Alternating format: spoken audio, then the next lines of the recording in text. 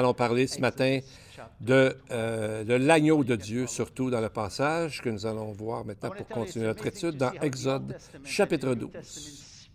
Et c'est magnifique de voir comment l'Ancien Testament et le Nouveau Testament sont vraiment unis en unisson ensemble. C'est une grande bénédiction de voir comment le Seigneur travaille dans les deux parties de la Bible, si on veut, parce que la Bible est un seul tout, et combien de vérités que nous trouvons dans le Nouveau Testament trouvent leur racine dans l'Ancien Testament.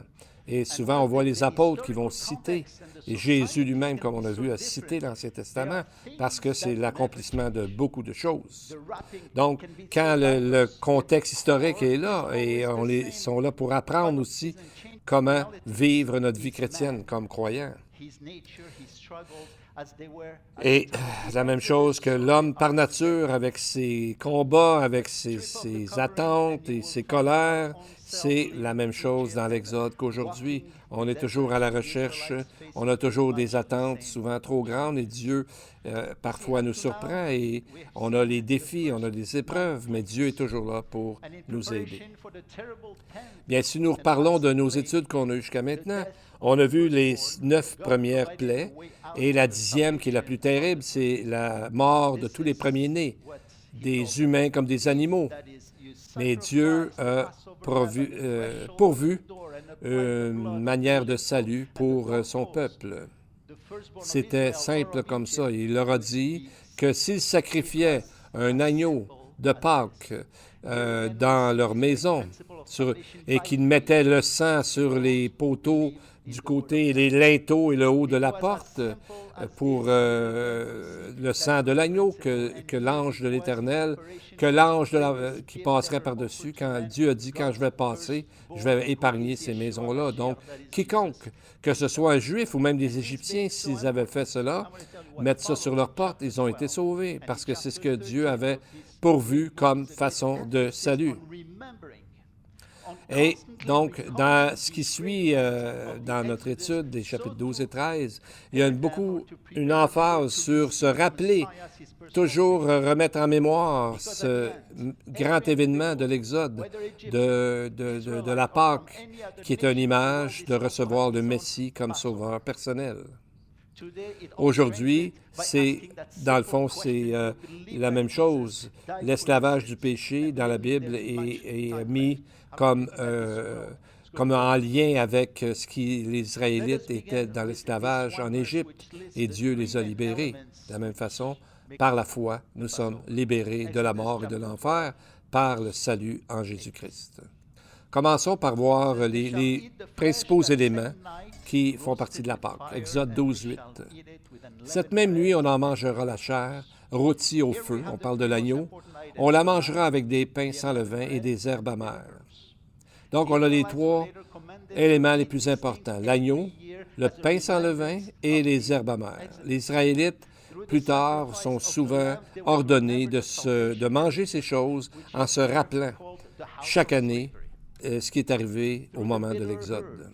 À travers le sacrifice de l'agneau, ils devaient se rappeler que leur salut et leur délivrance d'Égypte aient été obtenus et faits par Dieu.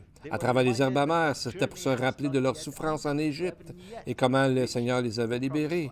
À travers le matzah, ils devaient se rappeler la présence du péché qui est toujours là dans le monde et en eux et en nous. Donc, c'était pour se rappeler que le cheminement, leur voyage n'était pas fini encore. Au sujet de l'agneau, 2 fois, il était demandé dans le texte d'être rôti, donc et bien rôti selon le texte, le mot qu'on voit. Parce que, premièrement, la plus rapide façon de manger rapidement, c'était de le rôtir. Et en même temps, en rôtissant l'agneau, il n'y avait aucun sang qui restait.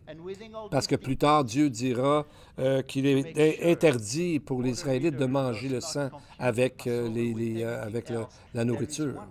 Donc, tout ça, dans le fond, c'est une façon de montrer qu'ils devaient manger la Pâque en hâte, comme on a déjà vu, et ils devaient toujours se rappeler, à travers les générations, de l'importance de la Pâque dans leur vie.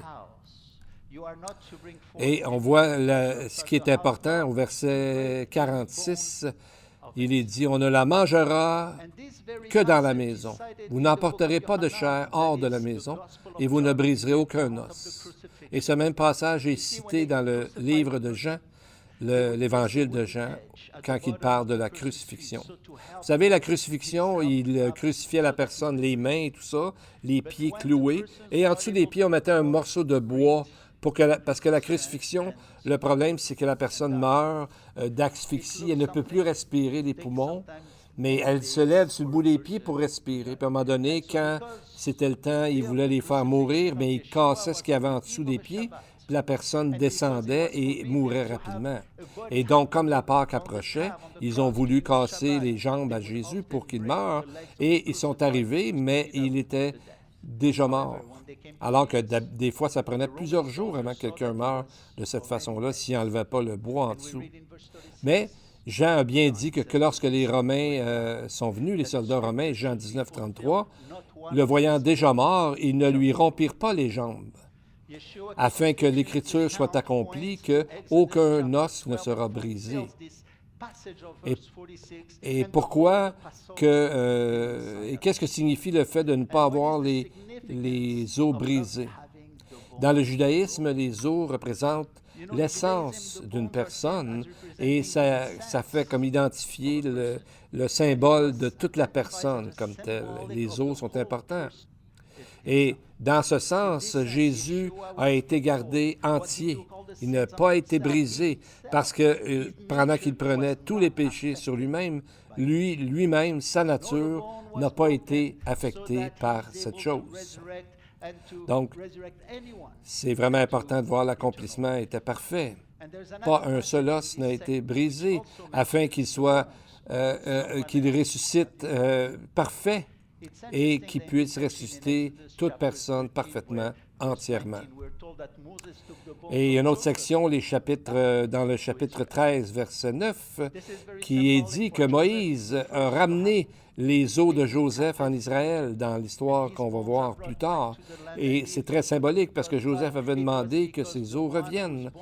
Joseph a été le premier à être amené captif en Égypte. Et ces os ont été ramenés dans le pays. Et si ils ont pu ramener les os, c'est parce que le Seigneur, qui lui, ses os ne seraient jamais brisés dans le futur, permet à Israël de continuer à vivre. C'est ça l'image. Donc, et Joseph avait déjà promis en disant, Dieu va sûrement prendre soin de vous. Et il avait demandé aussi de ramener les os. Donc, la Pâque est une magnifique illustration du salut que nous avons dans le Messie. Mais là, on voit qu'à partir du chapitre 12 et jusqu'à la fin du chapitre 13, il y a beaucoup d'emphase sur le fait de se rappeler, de se rappeler l'événement de la Pâque. Au verset 13, verset 6, il dit « Ce sera pour toi », ou c'est 13, verset 9, un des deux, « Ce sera pour toi comme un signe sur ta main et un souvenir entre tes yeux. » Et au verset 16, pardon, je l'ai dit tantôt, 9 et 16, « Ce sera comme un signe sur ta main et comme des frontaux entre tes yeux, car c'est par sa main puissante que l'Éternel nous a fait sortir d'Égypte. » Donc, c'est une autre raison pour mettre les phylactères, vous savez, les petites boîtes qu'on voit en avant, et pour que les gens se rappellent à chaque matin en priant cet événement magnifique. Dans le livre de Deutéronome, la raison de se rappeler la parole de Dieu, c'est vraiment spécifique, c'est que la Pâque doit être rappelée à la mémoire, non seulement une fois chaque année, mais chaque jour. C'est pour ça qu'il le porte chaque jour. Les phylactères, en hébreu, s'appellent les téphilines, sont composés de deux éléments principaux. Un, on voit, comme on a vu l'image, c'est deux petits cubes en cuir. Un, et en fait, le mot en hébreu, c'est bâtim, qui veut dire des maisons. Une de ces maisons doit être portée sur le bras vers le cœur, donc le bras gauche, l'autre sur le front. Et il devait avoir des passages du Shema Israël de Deutéronome 6. Et les Juifs portent ça chaque jour, excepté durant le jour du sabbat, puis on pense que c'est parce que pour eux autres, ils doivent penser que c'est travailler que de mettre ça, mais en tout cas, le sabbat, ils n'en mettent pas. Mais on voit que chaque juif religieux doit se rappeler chaque matin des œuvres de l'agneau de Dieu. Et avec ce commandement, on voit pour la première fois dans le chapitre 12 et 13, qui commence ici au verset 14 du chapitre 12, pour la première fois dans la Bible, on voit le mot se rappeler, zikaron, qui veut dire de penser, de méditer, de se rappeler. Et versets 17 et 24, c'est quelque chose de permanent. Rolam en hébreu, c'est quelque chose, une ordonnance perpétuelle. C'est répété 2 fois, comme on a dit, versets 17 et 24. De plus, à travers ce récit, on voit que les Israélites, on leur dit 3 fois de s'en rappeler et de le dire à leurs enfants. 12, 26, 13, 8 et 14 et chapitre 10, verset 2. Et on voit aussi que chaque jour, en plus à la fête de Pâques, il y a 7 jours de célébration des pains sans levain. Et 3 fois encore là, on leur dit de célébrer pendant 7 jours. Pourquoi 7 jours? Un commentateur rabbinique a dit que les 7 jours représentent les 7 décades de la vie. Comme Moïse qui avait dit qu'un homme vit jusqu'à 70 ans et 80 s'il est fort, s'il est pas chanceux, mais si Dieu le bénit, jusqu'à 80. Donc, il voyait ça comme les 7 jours comme représentant 70 ans dans le temps de la période d'une vie d'un humain. Et le focus est vraiment sur la célébration, non sur l'agneau, mais sur quelque chose d'autre. C'est sur le levain qu'on voit souvent mentionné à travers le reste du chapitre. L'autre chapitre est souvent dans la Bible. Bien, le mot levain, il y a 3 différentes façons de le voir. Il y a le mot, premièrement, en hébreu, qui est utilisé pour le levain. Il y a le mot seor, qui veut dire, qui vient du mot sahar ou sehet, qui veut dire de bouillir. Parce que le péché, l'image est que le péché n'arrête jamais, ne cesse jamais, est toujours là pour essayer de nous vaincre. Et un autre mot pour levain, c'est le mot hametz, qui veut dire ce qui est méchant ou sûr. Vous savez, comme quelque chose, un fruit sûr. C'est le même mot qui est utilisé pour le vinaigre. Psaume 71, 4 parle même utilise ce mot pour décrire un méchant. Et c'est relié au mot hamas, qui veut dire d'agir violemment. À partir du sens de ces mots, les rabbins ont compris le symbolisme du mal que représente le levain et qui est lié au péché. Dans une prière du Talmud, quelqu'un a dit « L'impulsion de l'humanité qui tend vers le mal dans ses actions, comme le levain, comme un agent de fermentation et de corruption. » En contraste, le mot sans levain, matzah, et c'est ce qui était censé manger, dans Ésaïe 66, 11, décrit ce qui est doux et délicieux, comme un enfant qui est en train d'être allaité par sa mère. Donc, on voit que d'un côté, ça parle de chaos et de violence, et un autre mot, de l'autre côté, parle de paix et d'harmonie. Et quelque chose d'assez inhabituel, verset 17. « Vous observerez la fête des pains sans levain, car c'est ce jour que je vous fais sortir du pays d'Égypte. » La vraie traduction en hébreu, il n'y a pas la fête des pains sans levain. On devrait lire la fête, vous observerez, les pains sans levain. Qu'est-ce que ça veut dire d'observer les pains sans levain? Bien, c'est le mot matzot, qui est l'hébreu, comme on a dit, pour de pain sans levain, mais c'est proche dans le fond parce que comment on dit, les voyelles ne sont souvent pas là en hébreu, et le mot mitzvah, qui sont les commandements, ou les mitzvot.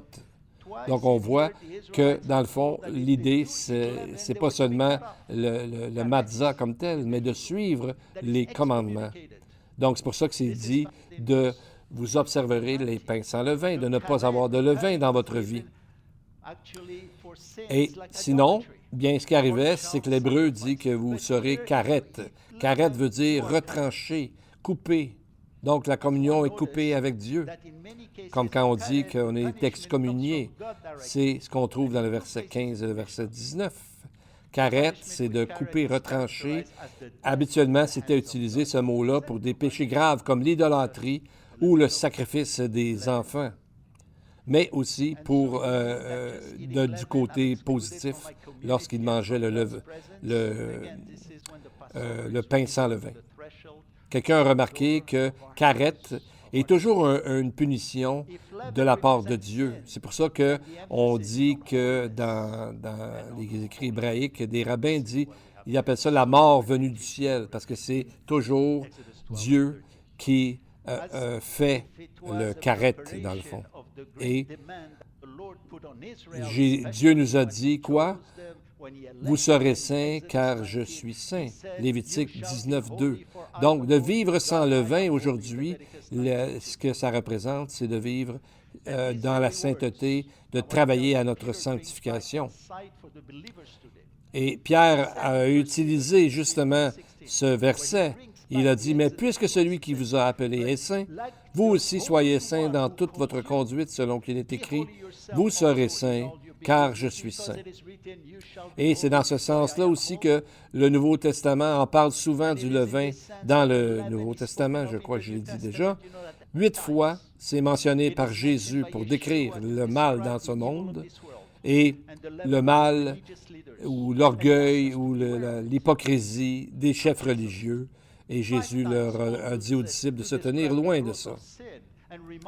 5 fois, Paul utilise justement cette image du péché avec le levain pour nous dire des avertissements. Par exemple, 1 Corinthiens 5, 6 dit « Un peu de levain fait lever toute la pâte. » Et 1 Corinthiens 5, 8, un peu plus loin, la même idée, c'est où l'Esprit de Dieu dit « Faites disparaître le vieux levain afin que vous soyez une pâte nouvelle, puisque vous êtes sans levain, car Christ notre Pâque a été immolé. Célébrons donc la fête, non avec du vieux levain, mais avec un levain... non avec du vieux levain, non avec un levain de malice et de méchanceté, mais avec les pains sans levain de la pureté et de la vérité. » Ici, on apprend que la sainteté, la rédemption ne peut pas être séparée.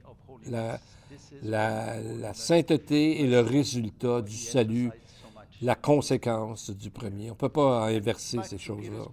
Donc, la fête des pains sans levain doit être pratiquée dans la sainteté. C'est ce que le Seigneur veut montrer, mettant l'emphase dans les chapitres 12 et 13 de l'Exode.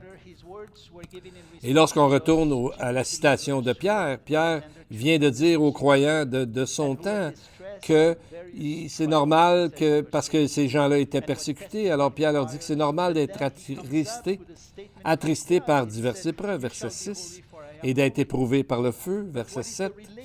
Et ensuite, il dit, « Mais vous serez saints, car je suis saint. » Et quelle est la relation entre la souffrance et leur sainteté? Bien, on devrait considérer la sainteté comme un remède contre la souffrance, parce que quand on est dans la souffrance, l'idée, c'est de garder notre sainteté, de garder la porte ouverte, de garder notre cœur ouvert envers Dieu qui va nous bénir. En gardant notre sanctification, Dieu, de son côté, va ouvrir les canaux de bénédiction. On manque souvent des bénédictions parce qu'on ne fait pas ça. Donc, nous sommes créés à l'image de Dieu, qui Dieu est par nature saint. Alors, les croyants qui ont l'Esprit qui habite en eux devraient s'efforcer de vivre une vie sainte afin d'être bénis de Dieu. C'est quand même assez simple. Souvent, on met l'emphase sur l'amour de Dieu qui est magnifique, mais souvent, on oublie de mettre l'emphase sur la sainteté de Dieu parce que, oui, Dieu est amour, mais Dieu est aussi juste parce que Dieu est parfaitement équilibré en tout. Donc, Dieu est amour, mais il ne laissera pas passer le mal. C'est pourquoi que l'auteur de l'Épître aux Hébreux, chapitre 12, verset 14, dit « Recherchez la paix avec tous et la sanctification, sans laquelle personne ne verra le Seigneur. Ce n'est pas dit sans amour, personne ne verra le Seigneur, mais sans la sanctification, on ne verra pas le Seigneur parce que c'est une preuve que le Seigneur travaille. C'est ce que le Seigneur fait dans notre vie. Et on va voir aussi un autre élément, c'est le hysope. 10 fois dans ce mot en hébreu, dans l'Ancien Testament, c'est toujours le mot hysope est toujours suivi d'une bénédiction. Et dans le Nouveau Testament, souvent les citations sont prises, justement comme on a dit, de l'Ancien Testament. Et à chaque fois que c'est mentionné, ce mot dans l'Ancien Testament, ça a toujours en relation avec la guérison. Dans Exode 12, 22, les Israélites doivent prendre l'hysope pour appliquer le sang sur les côtés des portes et le haut de la porte. La même chose lorsque c'était le temps de guérir, quand un lépreux était guéri, Lévitique 14.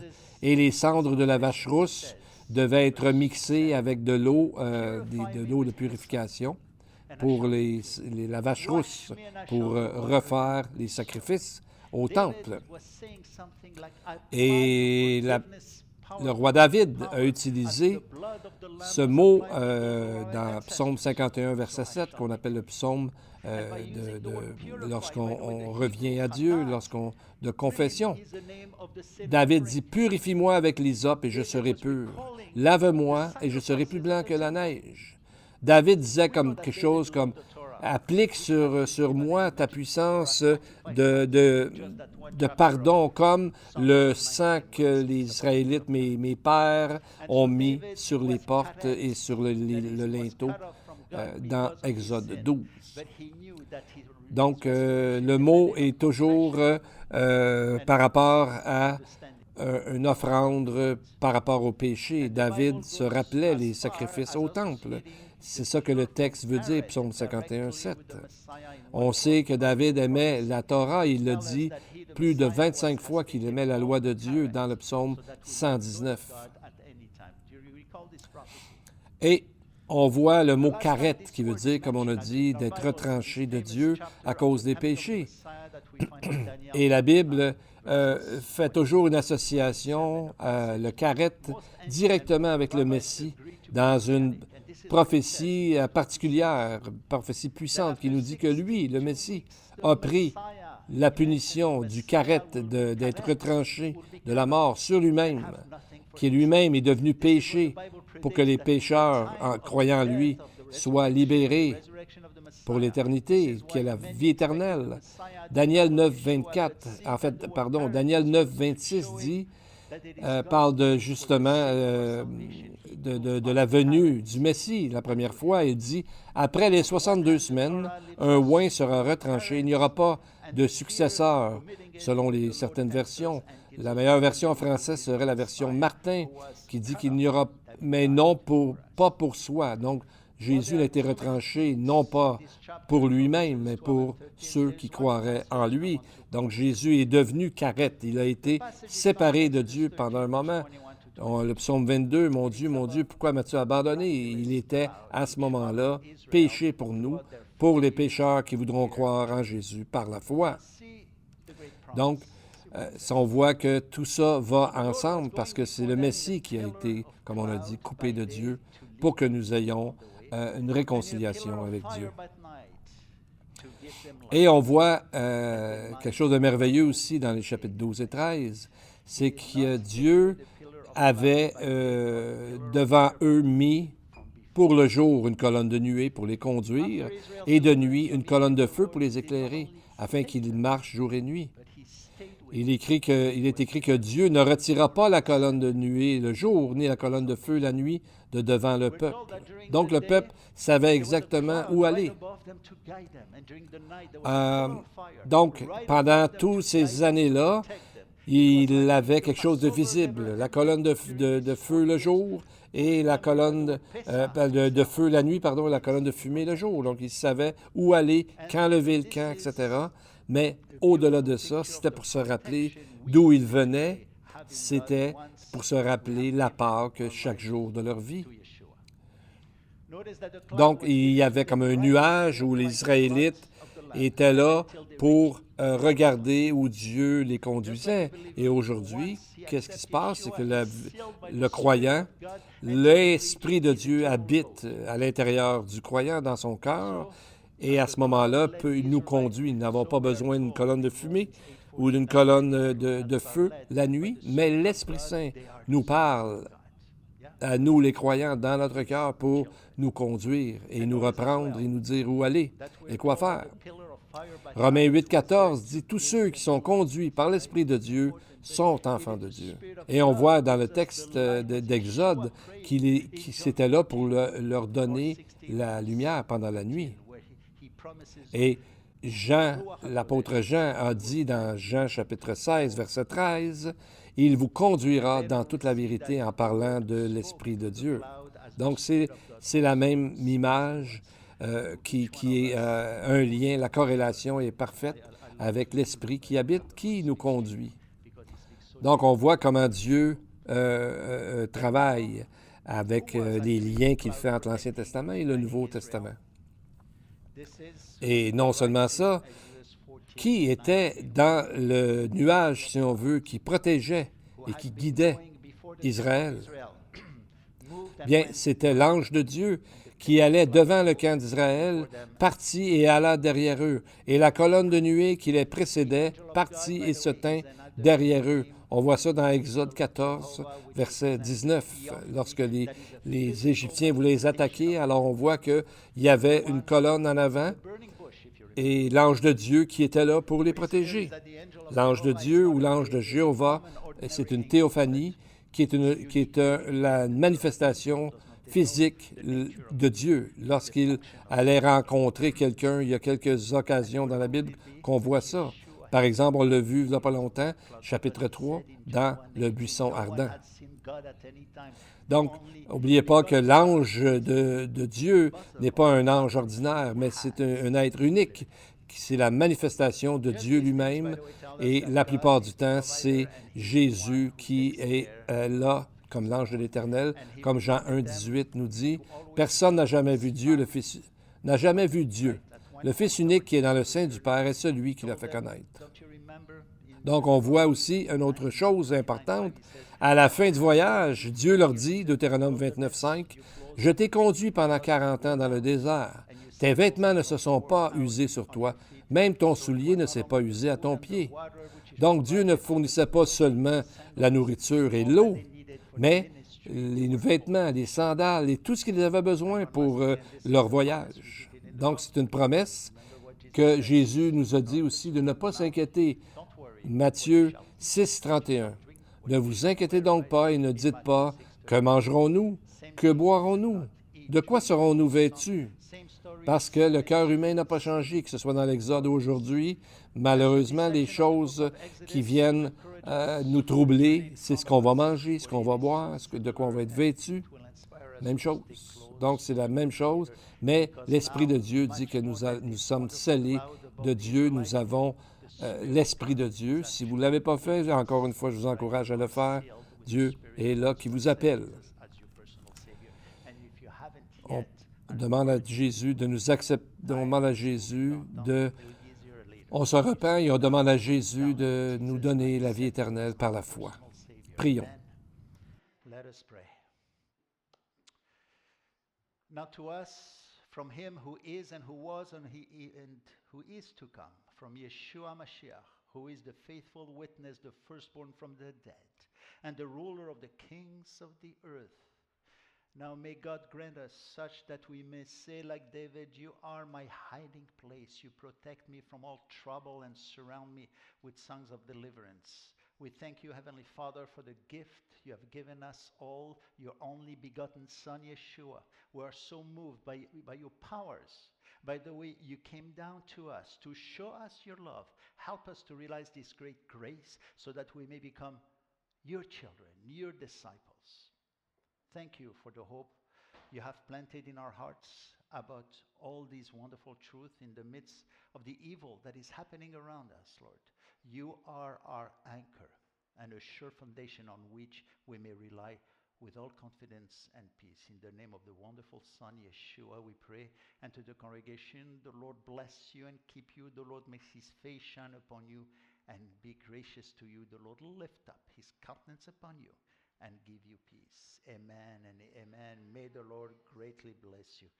O Jerusalem, I have set watchmen, I have set watchmen on your walls, O Jerusalem, who shall